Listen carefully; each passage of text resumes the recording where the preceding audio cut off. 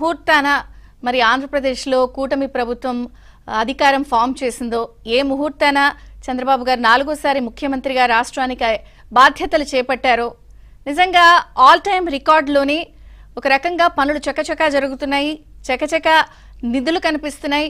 ఇక నిర్మాణాల హోరు మొదలవడమే తరువాయి అన్నట్టుగా ఉంది. ఎందుకంటే ఒక రకంగా చెప్పాలి అంటే రాజధానికి శుభారంభం జరిగిపోయింది. నేను ఎందుకు ఆల్ టైమ్ రికార్డ్ అని పదే పదే నొక్కి ఒక్కాడిస్తున్నానంటే వరల్డ్ బ్యాంక్ నిధులు మంజూరైపోయాయి. సామాన్యంగా వరల్డ్ బ్యాంక్ నిధులు రావాలి అంటే కూడా చాలా టైం పడుతుంది. మనం ప్రతిపాదనలు పంపాలి, వాళ్ళు రావాలి, ఇక్కడికి వచ్చి అన్ని చెక్ చేసుకోవాలి, మనవి వాళ్ళవి పేపర్ వర్క్. ఆల్మోస్ట్ 6 నుంచి 8 నెలలు, ఒకసారి సంవత్సరం పైబడిన టైం కూడా పట్టినా కూడా మనకు ఆశ్చర్యపోకర్లేదు. కానీ మీరు గమనించండి, కూటమి ప్రభుత్వం ఏర్పడి కేవలం 6 నెలలు అయింది. 6 నెలల్లో వచ్చిన వెంటనే కూడా ఇది కాదు, ఒక 3వ నెల నుంచి పని ప్రారంభించారు. జస్ట్ 3 నెలల్లోనే ప్రతిపాదనలన్నీ పంపడం అయిపోయింది, అన్నీ అయిపోయినాయి, డబ్బులు విడుదల కూడా రెడీగా ఉన్నాయి. అంటే ఏ టైంలో అయినా సరే ఇక మనకి సంక్రాంతి తర్వాత టెండర్లు పిలుస్తారు, పనులు ప్రారంభమవుతాయి. అందుకే అన్నాను, వచ్చిన టైమో లేకపోతే ముహూర్త బలమో కలిసి వచ్చే కాలమో నిజంగా నడిచొచ్చే కొడుకు పుడతాడు అన్నది. అందుకే వరల్డ్ బ్యాంక్ నిధులు వచ్చేసాయి.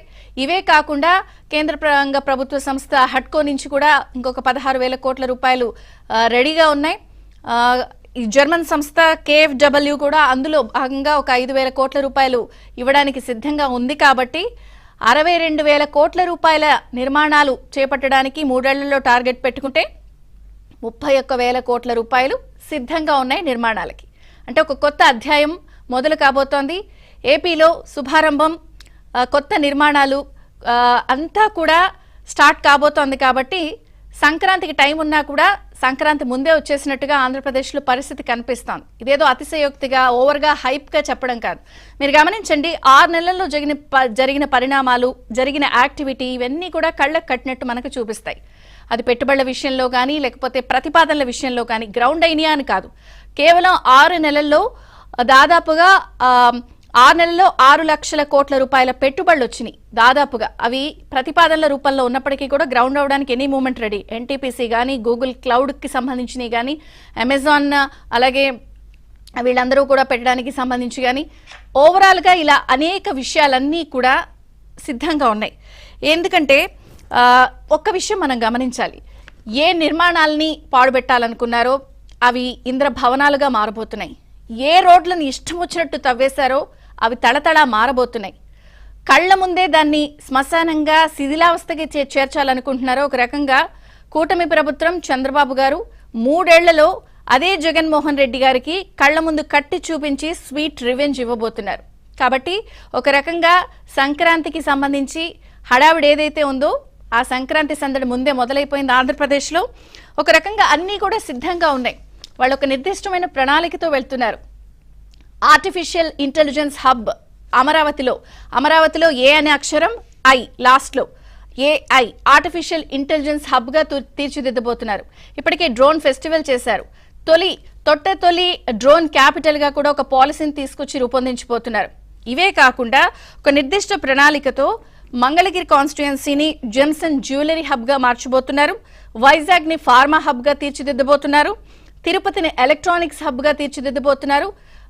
రాయలసీమలోని శ్రీ సిటీని మరింత డెవలప్ చేయబోతున్నారు. కర్నూలుని రెన్యూవబుల్ ఎనర్జీ సోర్సెస్ హబ్గా కూడా మార్చేందుకు రంగం సిద్ధమైంది.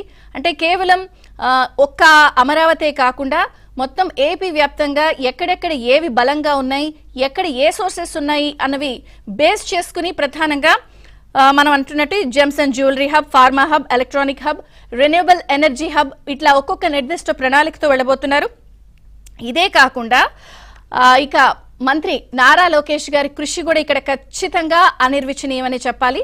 నిజంగా ఆయన చేస్తున్న కృషి వల్ల ఇప్పుడు ఏపీలో డీప్ టెక్ అభివృద్ధి చేయడానికి కూడా 2 సంస్థలు, ప్రధానమైన సంస్థలు, అందులో Physics Wallah, Tony Blair Institute for Global Change వీళ్లతో కీలక ఒప్పందాలు జరిగాయి. 1000 కోట్ల రూపాయల పెట్టుబడులతో పెట్టి వీళ్లు ఫిజిక్స్ వాలా అమెజాన్ వెబ్తో అనుసంధానమై ప్రధానంగా పరిశోధన, విద్యా, ఉపాధి అవకాశాలు కల్పించేందుకు కూడా రంగం సిద్ధమవుతోంది. ఏదైతే చంద్రబాబు గారు ఆర్టిఫిషియల్ ఇంటెలిజెన్స్ హబ్ గా రూపొందించేందుకు ఈ ఫిజిక్స్ వాలా అమెజాన్ వెబ్ సంయుక్తంగా 1,000 కోట్ల రూపాయల పెట్టుబడులతో పరిశోధన, ఆర్టిఫిషియల్ ఇంటెలిజెన్స్ డెవలప్మెంట్, ఉపాధి, విద్య, ఎందుకంటే అవి కల్పించాలంటే కూడా ఇవి కూడా సాధ్యం కావాలి. దాదాపుగా మీరందరూ గమనించే ఉంటారు, జగన్ గారి హయాంలో 130 కేంద్ర రంగ సంస్థలు వెనక్కెళ్లిపోయిన పరిస్థితి. అవన్నీ కూడా మళ్ళీ తిరిగి వస్తున్నాయి. ఈ మధ్య మనం చూసాం, రాష్ట్రపతి ద్రౌపది ముర్ము గారు ఎయిమ్స్ పర్యటనలో భాగంగా వారు కూడా కేంద్ర సహకార నేపథ్యంలో మనకి 10 ఎకరాలు ఇంకా అదనంగా కేటాయిస్తున్నట్టుగా కూడా చెప్పారు. ఒక రకంగా 1 by 1 చకచక అడుగులు పడిపోతున్నాయి ఏ క్షణానైనా. ఇంకొక విషయం, మనకి మున్సిపల్ శాఖ మంత్రి నారాయణ గారు కూడా చెప్పారు, ప్రధానంగా మనకి రైల్వేకి సంబంధించి లైన్ విషయంలో కూడా ఇక్కడ కేంద్ర ప్రభుత్వంతో మాట్లాడి ఇక్కడ మనకి రైలు అనుసంధానం విషయంలో కూడా మాట్లాడారు. ఇది కాకుండా సీడ్ యాక్సెస్ రోడ్తో పాటు కీలకమైన రోడ్లన్నింటినీ కూడా హైవేతో అనుసంధానం చేసే విధంగా కూడా మాస్టర్ ప్లాన్ రెడీ అయిన నేపథ్యంలో ఇక కొత్త